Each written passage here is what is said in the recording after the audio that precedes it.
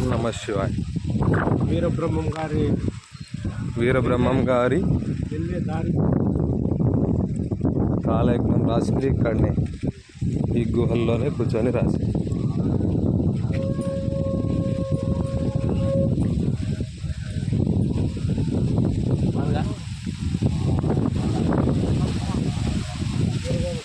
గృహ చూడండి, బావిలో రావి చెట్టు.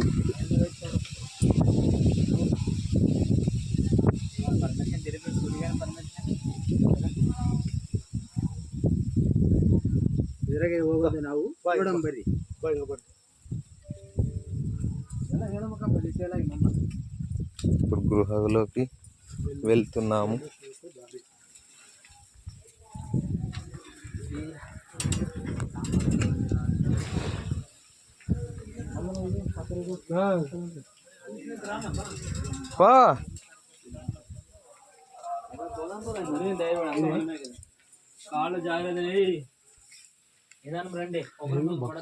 భక్తులు గుహల్లో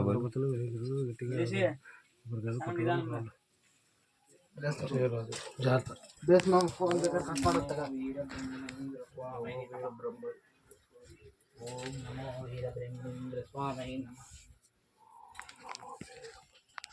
ఓం నమో వీరబ్రహ్మేంద్ర స్వామి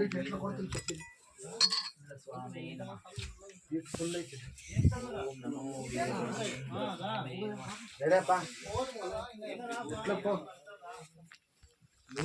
ఓం నమో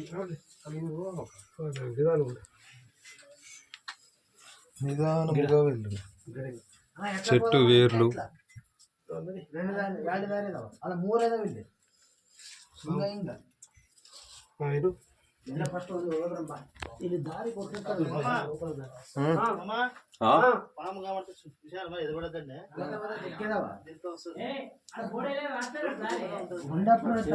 గృహలో పాము ఉంటుంది మడతా అంటారు.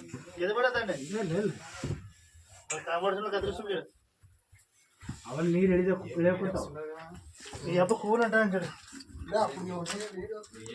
వాటర్ ఉండే నీళ్ళు ఉన్నా మేము వచ్చినప్పుడు ఏం విధానం రాప నువ్వు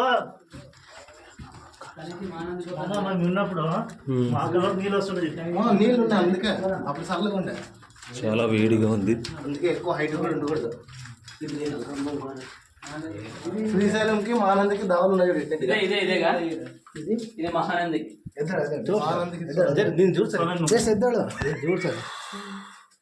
అరే దూరం ఆగిపోయినట్లేదా మామూలు అయితే బ్లాక్ అయింది. అది యాగంటికి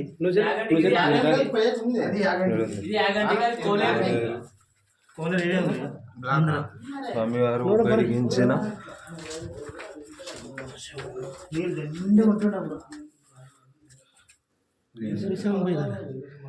శ్రీశైలం బెండేశ్వరం ఎట్లా పోమండి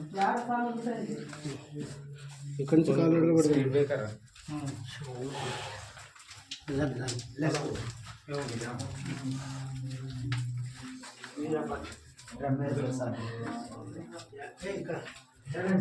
యాగంటికి దారి 14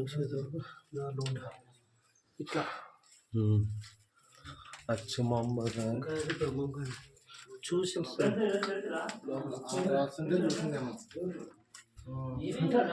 కూర్చొని రాస్తుంటే ఇక్కడ లోపల కూర్చొని ఇప్పుడు స్వామి అవతల ఉన్నారు కదా, ఇప్పుడు మనం అట్లా రావాలి కాదా? ఎట్లరా పోద్దురా,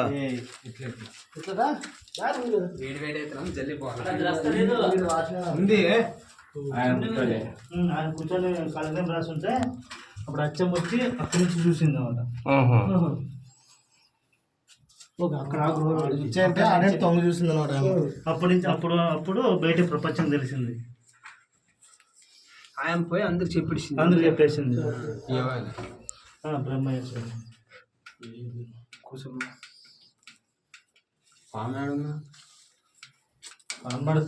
కనపడుతుంది ఇది కూడా ఏంది పామా? ఇప్పుడు ఇక్కడ పాము ఉందా? పైన టికెట్లు ఇస్తారు, వాళ్ళు పట్టుకొని దొబ్బుతారు సైడ్కి. పామునే ఏ వాళ్ళకుంటుంది ప్రమాదం. అట్లనే వచ్చి తొంగి చూస్తుంది మంత్రోపదేశం ఉంటుందా ఇదిగా యాగంటి పోతాం చూడు. అప్పుడు ఉండే దారులన్నీ కానీ స్వయంభూ గణపతి